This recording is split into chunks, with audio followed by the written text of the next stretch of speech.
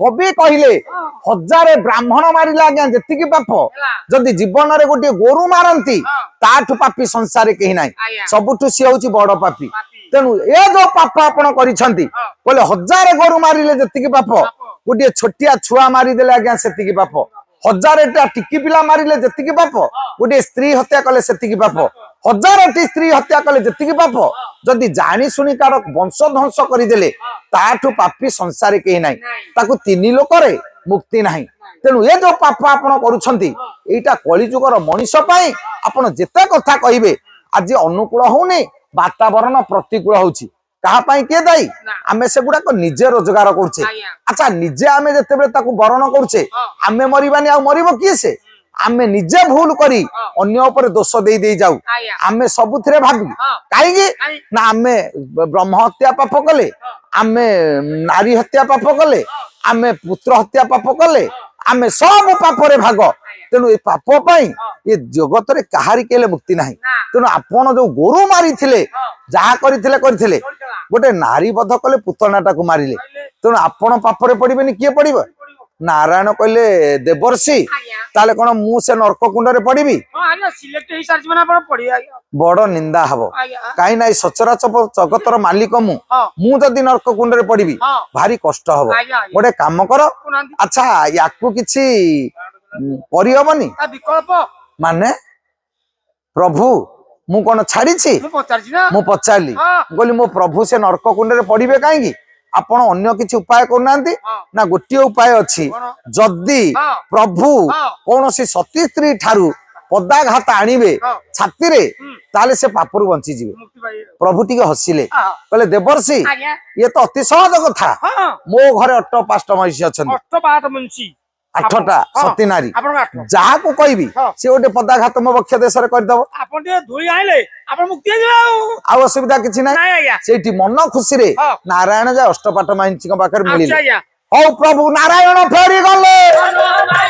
और आपण पूरे मिलिले देखि देले अष्टपाट महिषी ओ प्रभु कहि देले हसी प्रभु वासुदेव कहि देले कहले अष्टपाट महिषी नारायण से दिन नारायण को देखी रुक्मिणी पचार देले अति भक्ति कहले स्वामी अच्छा आपनकर तो मुह सब बेले फुल्ला फुल्ला देखाइए आज कोन सुखी जाई कोन हेछि म कहले आपनकर मुह खुशी नाही काई सुखी जाई के जनक ऊपर विपद पड़िछि ताकु जेते भलो कथा कहले मध्य तो कोन भल लागिवो से अन्य मनस्क हबो सेठी पचार देले कहले प्रभु आपनकर मुह काई सुखी जाईछि कहले रुक्मिणी कोन कहबी देवर्षि नारद आज आसी स्वर्ग सभा रे कहि देले जे मु कुआडे गोटे पापी मो पाई जमराजा करछि नुवा नरक कुंड तेनु से नरक कुंड रे मु पड़िबी तेनु मु नरक कुंड रे पड़िबी काईगी ता प्रतिकार चिंता कला बेले देवर्षि कहिदेले जदि कोनसी सती स्त्री बक्ष देश रे पदाघात करिवो ताले आपण नरक कुंडरु मुक्ति पाइबे अष्टपाठ वंशी कहिदेले कहले आम पाखु सेही जुग आसीछंदी आमे आपन बक्ष रे बैठा मारिबु बहु आशा नै मु आसीछि तमे जदि किए जने गोटे पद प्रहार मो बक्ष देश रे करि दबो ताले मु से नरक रु मुक्ति पाइ जिवे कष्ट होई जिवो रुक्मिणी मना कले कहले नाही आमे से कथा करि पारिबु कारण आपण मानकर प्रणय बल रे रंगा जीव गंगाधर मेहर कहले कहले स्वामी गुरु स्वामी परम बांधव स्वामी सेवा नारी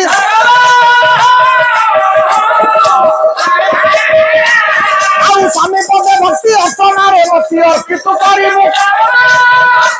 स्वामी पाद तळे मन रखी सेवा करबा स्त्री रो धर्म एटा होची जगतर नीति स्वामी गुरु स्वामी पूज्य स्वामी नमस्य स्वामी संख्या यह काल पर कालर देवता जने स्त्री पई ता स्वामी जने नारी जदि अन्य देवता को पूजा न करी मध्य सारा जीवन ता स्वामी पाद तले मन रखी सेवा करिवो ताले ताठू भाग्यवती नारी ए विश्व रे केही नाही किंतु जीवन रे आपण जो कहते पदाघात करवा कथा आमे केमिति करिवु सेटा तो असंभव कथा आमे टॉर्च कर पारिबुनी पर टिके ना टॉर्च ना बैटरी मो कहले आमे से भूल केमिति करिवु आपण मानकर डॉक्टर माधर मान सिंह कहले स्वामी पाद धूली कर्पूर र गुंडी स्वामी रा चंदन चंदन रा बिंदी स्वामी रा उचित से महाप्रसाद स्वामी गति मुक्ति से परम पद ସ୍ତ୍ରୀର ସମ୍ପର୍କ ଭିତରେ କହିଲେ ଗୋଟେ ସ୍ତ୍ରୀ ସ୍ୱାମୀଙ୍କର ପାଦ ଧୂଳି ଟିକେ ପାଇବା ଯାହା ଠାକୁରଙ୍କ ପାଖରେ ଏଇ କର୍ପୂର ଗୁଣ୍ଡି ପାଇବେ ଠିକ ସେୟା ଗୋଟେ ସ୍ତ୍ରୀ ସ୍ୱାମୀ ପାଖରୁ ଚୁମ୍ବନଟିଏ ପାଇବା ଯାହା ଠାକୁରଙ୍କ ପାଖରେ ଲାଗୁଥିବା ଚନ୍ଦନର ବିଣ୍ଡି ଠିକ ସେୟା ସ୍ୱାମୀ ହଉଛନ୍ତି ଗତି ମୁକ୍ତି ଇହକାଳ ପରକାଳର ଦେବତା ଆପଣ ତ ଆମ ଦେବତା ଆପଣଙ୍କର ଉତ୍ତିଷ୍ଠ ପାଇବା ଆମ ଧର୍ମ ମହାପ୍ରଭୁ ପ୍ରସାଦ ସାଙ୍ଗରେ ସ୍ୱାମୀଙ୍କ ଉତ୍ତିଷ୍ଠ ସମାନ ଆଚ୍ଛା ଆପଣ ଯୋଉ କହୁଛନ୍ତି ପଦପ୍ରହାର କଥା ଆମେ କଣ ସେ କଥା କରିପାରିବୁ ସେଇଠି ପ୍ରଭୁ ଚିନ୍ତା କଲେ କହିଲେ ସ୍ୱାର୍ଥେ ବସାଇତାନର କା କଶ୍ୟ କୋ ବଲ୍ଲଭ ସବୁ ଆଜ୍ଞା ସ୍ୱାର୍ଥ ନେଇ ଅଭିନୟ ଜଗତରେ କେହି କାହାରି ନୁହନ୍ତି କାହିଁକି ନା ସ୍ୱାମୀ ବିପଦରେ ପଡିଛି ସ୍ତ୍ରୀ ପାଖରେ ଆପତ୍ତି କରୁଛି ଗୋଇଠାଟେ ମାରିଦେଲେ ମୁଁ ବଞ୍ଚିଯିବି କିନ୍ତୁ ହବନି ଆଜ୍ଞା ଜଗତରେ କଣ ସ୍ତ୍ରୀ ବିପଦ ବେଳର ସାଥୀ ହବନି ସମ୍ପଦ ବେଳର ସାଥୀ ଏମାନେ ବିପଦର ସାଥୀ କେହି ନୁହଁ ତାହେଲେ ଯୋଉ ବନ୍ଧୁ କଥା ଯଦି ଆମେ ଦେଖିବା ସ୍ତ୍ରୀ ସ୍ୱାମୀ ଭିତରର ବନ୍ଧୁତା ଜଣେ ଜଣକ ପାଇଁ ସୃଷ୍ଟି ହେଇଛି ଗୋଟିଏ ଅଙ୍ଗ ବୀଜରୁ ଯୋଡିଏ ଫାଳ ହେଇଛି ଆଚ୍ଛା ଇଏ ଯୋଉ କଥା ଆଜି ରୁକ୍ମିଣୀ ମନା କରିଦଉଛନ୍ତି ନାରାୟଣ କହିଲେ ରୁକ୍ମିଣୀ ତମର ଆଉ କଣ ସେ ପୁରୁଣା କଥା ମନେ ଅଛି ଯେତେବେଳେ ବ୍ରାହ୍ମଣ ହାତରେ ଚିଠି ଲେଖିଥିଲ ହେ ପ୍ରଭୁ ଆପଣଙ୍କୁ ଇହକାଳ ପରକାଳର ଦେବତା ଦେହମାନ ପ୍ରାଣ ସବୁ ବିକି ଦେଇଛି ଶିଶୁପାଳ ଆସି ବସିଲାଣି ବିବାହ ବେଦୀରେ ମତେ ବିବାହ କରିବ ଗୋଟେ ଶୃଗାଳ ମୁଁ ସିଂହର ନାରୀ ମତେ ଯଦି ହରଣ କରିବ ତାହେଲେ ଆପଣଙ୍କୁ କଣ ଭଲ ଲାଗିବ ପ୍ରଭୁ ମୋ ମାନ ରଖନ୍ତୁ ବ୍ରାହ୍ମଣ ହାତରେ ତମେ ଚିଠି ଲେଖିଲ ଆଉ ତମେ ମୁଁ ତମ ଚିଠି ପାଇ କାଳ ବିଳମ୍ବ ନ କରି ଆକାଶ ମାର୍ଗରେ ନନ୍ଦିଘୋଷ ରଥକୁ ଲୁଚେଇ ତମ ମାନ ରକ୍ଷା କରିଥିଲି ଆଉ କଣ ସେ ବେଳର କଥା ତମର ମନେ ଅଛି କହିଲେ ପୁରୋଧାନନ୍ଦନ ସାରି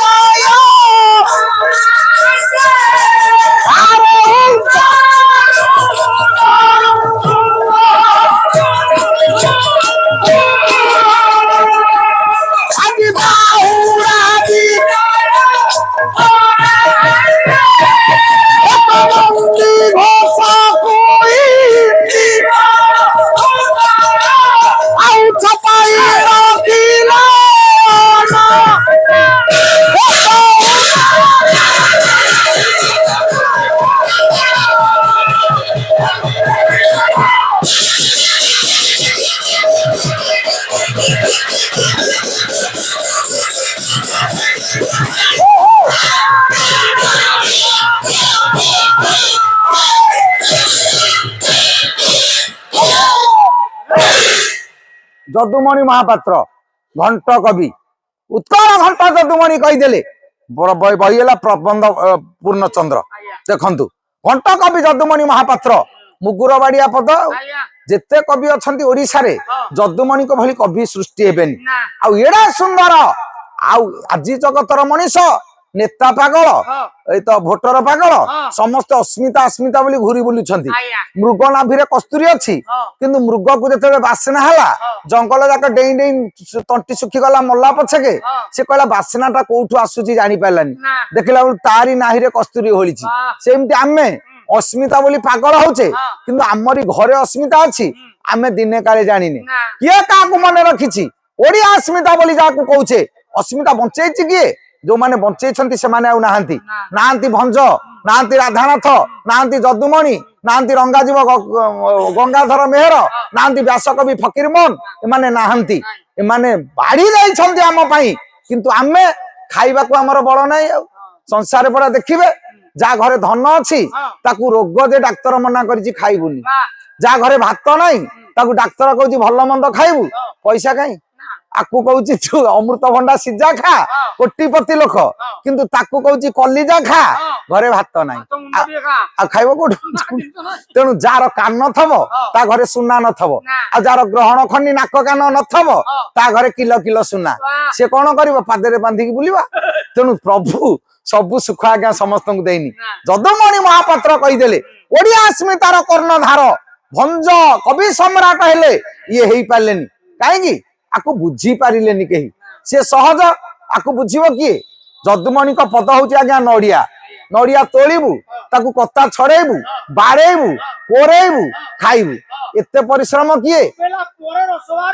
ଆଉ ତାକୁ କିଏ ଜାଣିବେନି ତେଣୁ ତାକୁ ଏତେ ପରିଶ୍ରମ କରୁଛି କିଏ ସେ ଆଉ ଭଞ୍ଜଙ୍କ ଲେଖା ସେ ଅଭିଧାନ କରିଦେଲେ ବୋଲି ପାଚେଲା କଦଳୀ ଚୋପା ଛଡେଇଲା ଗିଳିଲା ଆଉ ତେଣୁ ସିଏ ହେଲା ବିଦିତ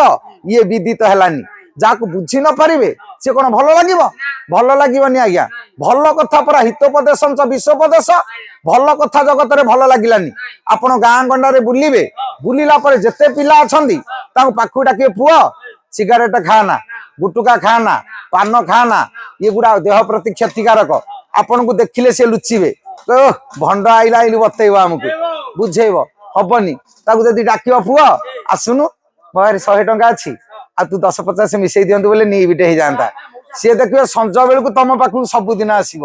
କାହିଁକିନା ଆ ଦେହରେ ଆନନ୍ଦ ଅଛି ଆଉ ତା ଦେହରେ କଣ ଆନନ୍ଦ ଅଛି କି ନିର୍ମାଲ୍ୟ ବାଣ୍ଟିଲେ କେହି ଯିବେନି ଧାନ କଟା ପଡିଥବ ନିର୍ମାଲ୍ୟ ଧରି ସଖେଇ ଗାଁ ଯାକ ବୁଲିବ ଟିକେ ନିଏ ସକାଳୁ ଧାନ କାଟିଯିବୁ କେହି ଶୁଣିବେନି ତାକୁ ଖାଇଲେ ବଞ୍ଚିବ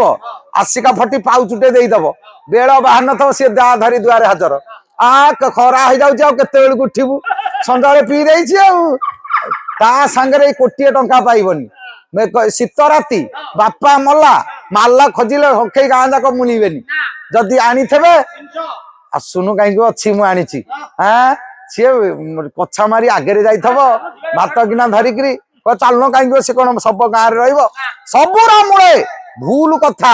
ଭଲ କଥା ଆଜ୍ଞା କାହାକୁ ନାହିଁ ସେଦିନ ପ୍ରଭୁ କହିଲେ ରୁକ୍ମିଣୀ ପଦପ୍ରହାର ଟିଏ କରିଦିଅ ମୁଁ ବଞ୍ଚିଯିବି ନର୍କ କୁଣ୍ଡରୁ କହିଲେ ନାଇଁ ହବନି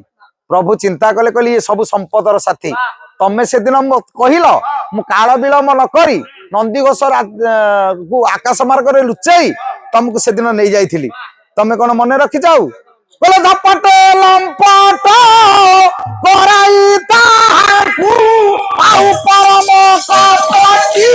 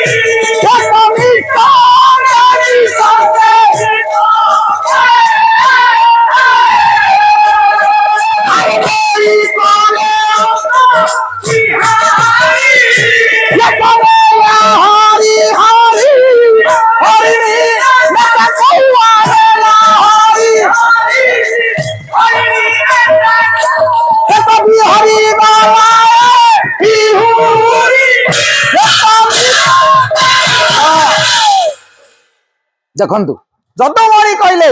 କାଳ ବିଳମ୍ବ କରିନି ଧପଟେ ଲମ୍ପଟ କରାଇ ତାହାକୁ ପରମ କପଟି ଶେଖର ଭଗବାନ କୃଷ୍ଣ ସେଦିନ ଝଟ କରି ଉଠି ଧରିଲେ ରତନ କଟକ ଶୋଭିନୀର କର ରତନ କଟକ ଶୋଭିନୀ ରତନ କଟକର ନାରୀ ସେଦିନର ରୁକ୍ମିଣୀଙ୍କ କର ଧରି ନେଇ ଅଙ୍କ ବିହାରୀ କଲେ ଲେଖିଲେ ଯଦୁମଣି କହିଲେ ନିଶଙ୍କେ ନିଶଙ୍କ କଣ ଶଙ୍କା ବିହୀନ କଥା ଡର ନାହିଁ କି ଭୟ ନାହିଁ କୋଳରେ ବସେଇ ଧରି ପଳେଇଲେ ମୁଁ ତମର ମାନ ରକ୍ଷା କଲି ତମକୁ ରକ୍ଷା କଲି ବ୍ରାହ୍ମଣ ହାତରେ ଚିଠି ଲେଖିଲ କାଳ ବିଳମ୍ବ ନ କରି ତମ ମାନ ରଖିଲି ମୁଁ କିନ୍ତୁ ମୁଁ ବିପଦରେ ପଡିଛି ତମେ ତ ମୋଟେ ଶୁଣୁନ କେହି ଆଜ୍ଞା ଶୁଣିବେନି ସ୍ୱାର୍ଥ ସରିଗଲେ କିଏ କାହାର କେହି କାହାକୁ ପଚାରିବେନି କହିଲେ ସବୁ ତମେ ସମ୍ପଦର ସାଥୀ କାହିଁକି ତମେ ହଉଛ ସମ୍ପଦ ସାଥୀ ଦୁଃଖ ବେଳେ ତମେ କେହି ଦେଖା ଦବନି। ସମ୍ପଦ ବେଳେ ସର୍ବେ ସଖା ବିପଦ ନଦିଅନ୍ତି ଦେଖା। ସମ୍ପଦ ବେଳେ ସମସ୍ତେ ସାଥୀ ନା। ତମ ମେଡିକାଲ ରେ ପଡିଛ, ତମ ଡୋର ମୁହଁରେ କିଏ ଜଗି ବସିବ? ଆଇସିୟୁରେ ଶୋଇଥବ କି ମେଡିକାଲ ରେ ପଡିଥବ, କେହି ଯିବେନି। ତମ ମା ବସିଥବ, ନହେଲେ ତମ ପରିବାର ଲୋକ ବସିଥିବେ, ବନ୍ଧୁବାନ୍ଧବ କେହି ଯିବେନି। ଯେମିତି ଭଲ ହେଇ ଘରକୁ ଫେରିବ, ହର୍ଲିକ୍ସ ଟିଏ ଧରି ହଲି ହଲି ଆସିବେ। କଣ କରିବା, କାର୍ଯ୍ୟ ବ୍ୟସ୍ତ ଥିଲି, ତତେ ଦେଖି ପାଇଲିନି, ମୋ ମନ ଘାଣ୍ଟି ହଉଥିଲା। ସେ ହର୍ଲିକ୍ସ ଟେ 200 ଟଙ୍କାର ଆଣିବ, ତେମେ ତ ଆମେ ଖାସି ମାଂସ ଝୋଳ କରିଥବ 1000 ଟଙ୍କା ଖାଇଦେଇ ପେଟେ ଯିବ। କିରେ ସମ୍ପଦ ବେଳେ ସିନା ସାଥୀ ସମସ୍ତେ, ବିପଦ ବେଳେ କିଏ? ଭୋଜି ଖାଇବାକୁ ଗାଁ ଯାକ ଆସିବେ, ହଣ୍ଡା ମାଜିବ କିଏ? ଜଣେ କେହି ଯିବେନି। ସବୁ ସ୍ୱାର୍ଥ ଅଭିନୟ। କେହି ଜୀବନରେ ଭଲ ପାଇଁ ପଛରେ ଗୋଡେଇବେ, ମନ୍ଦ ପାଇଁ କେହି ନୁହଁ। ରୁକ୍ମିଣୀ ଧରା ପଡିଲା ତମ କଥା ଆଉ। ସେଦିନ ଚାଣକ୍ୟ କହିଲେ ଉତ୍ସବେ ବ୍ୟସନେ ଶୈବ ଦୁର୍ଭିକ୍ଷେ ରାଷ୍ଟ୍ର ବିପ୍ଳବେ ରାଜଦ୍ୱାରେ ସଂସାନେ ଜ ତିଷ୍ଠତି ସ ବାନ୍ଧବ। କହିଲେ ଉତ୍ସବ ପଡିଛି, ମେଳା ମହୋତ୍ସବ, ଭଲ ମନ୍ଦ, ବନ୍ଧୁ ପାଖକୁ ବନ୍ଧୁ ଯିବ, ବିଳାସ ବ୍ୟସନ, ବନ୍ଧୁ ଘରକୁ ଯା। ଉତ୍ସବ ବ୍ୟସନେ ଶୈବ ଦୁର୍ଭିକ୍ଷେ, ଅନାହାର ପଡିଛି, ଚାଉଳ କୁଇଣ୍ଟାଲ ନେଇ ଅଟୋରେ ଥୋଇଦେଇ ଆସିବ। ମୁଁ ଜାଣିଛି ତମ ପଟେ ମରୁଡି ହେଇଯାଇଛି ଭାଇ, ରଖିଥା ଆଉ କଣ, ସେଇଟା କାମ। ରାଷ୍ଟ୍ର ବିପ୍ଳବେ ରାଜଦଣ୍ଡ ପଡିଛି, ବନ୍ଧୁ ପାଖରେ ବନ୍ଧୁ ଛାତି ପାତି ଛିଡା ହବ। ଦଣ୍ଡ ପଡିଲା, ରାଜଦଣ୍ଡ, କେସ୍ ପଡିଛି, ଭଲ ହେଇଛି ମନ୍ଦ ହେଇଛି, ମୋ ବନ୍ଧୁ ପାଖରେ ମୁଁ ଛିଡା ହେବି। ସଂସାନେ ଚ, ମଣିଷ ମରିଗଲା, ସଂସାନ ଯାଇ ପଛେ ପଛେ ଯିବ। ଭାଇ ତୋର ମୋର ଏତେ ବନ୍ଧୁ, ଆଜି ତମେ ଚାଲିଗଲ, ଆଖିରୁ ଦିଧାରେ ଲୁହ ଗଳେଇ ଦେଇ ଆସିବ, ସେଇ ହଉଛି ବନ୍ଧୁ। ଆକେ କହନ୍ତି ପ୍ରକୃତ ବନ୍ଧୁ, ଇଏ ଅସଲି ବନ୍ଧୁ। ଆଉ ଗୋଟିଏ ନକଲି ବନ୍ଧୁ ଅଛି, ସିଏ ଖାଲି ମୁହଁରେ କଥା। ଆପଣ ମାନଙ୍କର ପଲ୍ଲୀ କବି ନନ୍ଦ କିଶୋର ବଳ କହିଲେ, ରହିଯା ବନ୍ଧୁ ବେଳ ପାଇବନି ହେଇଟି